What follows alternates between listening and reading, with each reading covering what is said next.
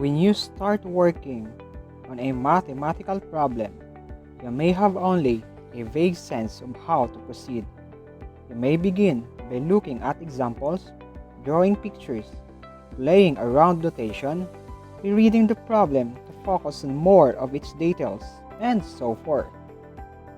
The closer you get to a solution, however, the more your thinking has to crystallize, and the more you need to understand it. The more you need language that expresses mathematical ideas clearly, precisely, and ambiguously.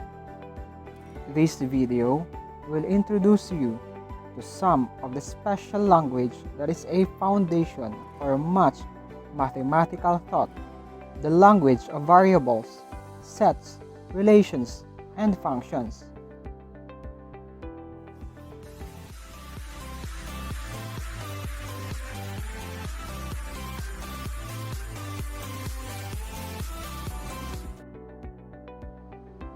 Variables are sometimes thought of as a mathematical jando because you can use it as a placeholder when you want to talk about something, but either you can imagine that it has one or more values but you don't know what they are, or you want whatever you say about it to be equally true for all elements in a given set, and so you don't want to be restricted to considering only a particular concrete value for it.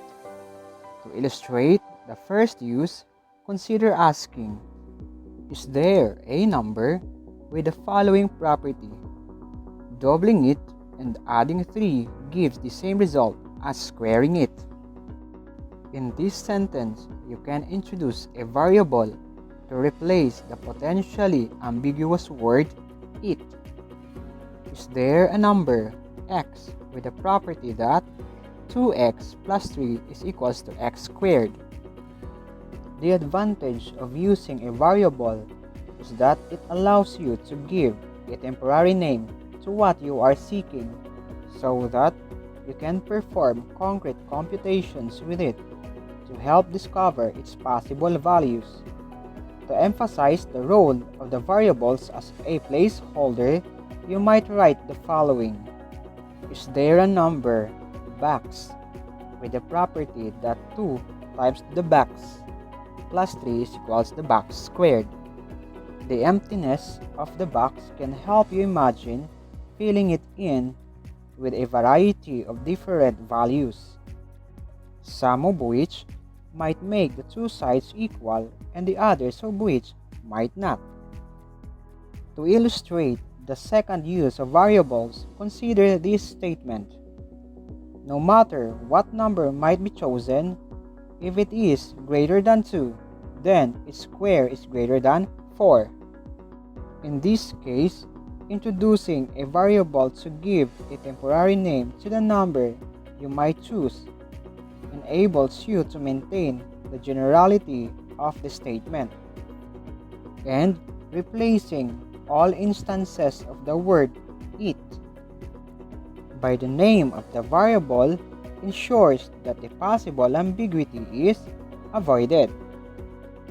From this statement, it will become, no matter what number n might be chosen, if n is greater than 2, then n squared is greater than 4. If you can observe the variable or word it, we replace it with the variable n to avoid ambiguity. Now, let's have some exercises. Use the variables to rewrite the following sentences more formal. Are there numbers with the property that the sum of their squares equals the square of their sum? We can rewrite this statement as, are there numbers a and b with the property that a squared plus b squared is equals to the quantity of a plus b squared? As you can observe, the variables that we used in these statements are a and B. If we are going to answer this question, the answer would be yes. For instance, A is equals to 1 and B is equals to 0. That would work. Can you think of other numbers that would also work? Then try it. We can also rewrite the statement like this one. Are there numbers A and B such that A squared plus B squared is equals to the quantity of A plus B squared? Or even, do there exist any numbers A and B such that A squared plus B squared is equals to the quantity of A plus B squared? See, we can rewrite the statement not just once. Another one we have, given any real number, its square is non-negative. Now, let's use variables to rewrite this statement more formal. We can rewrite the statement as, given any real number r squared is non-negative. In the rewritten statement, we used r as our variable to replace it. Next, we can rewrite the statement as, for any real number r squared is greater than or equal to 0, because any numbers that is greater than or equal to 0 are non-negative.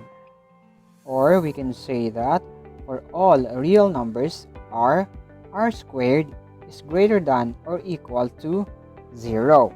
We just replace the word any with the word all. Now it's your turn.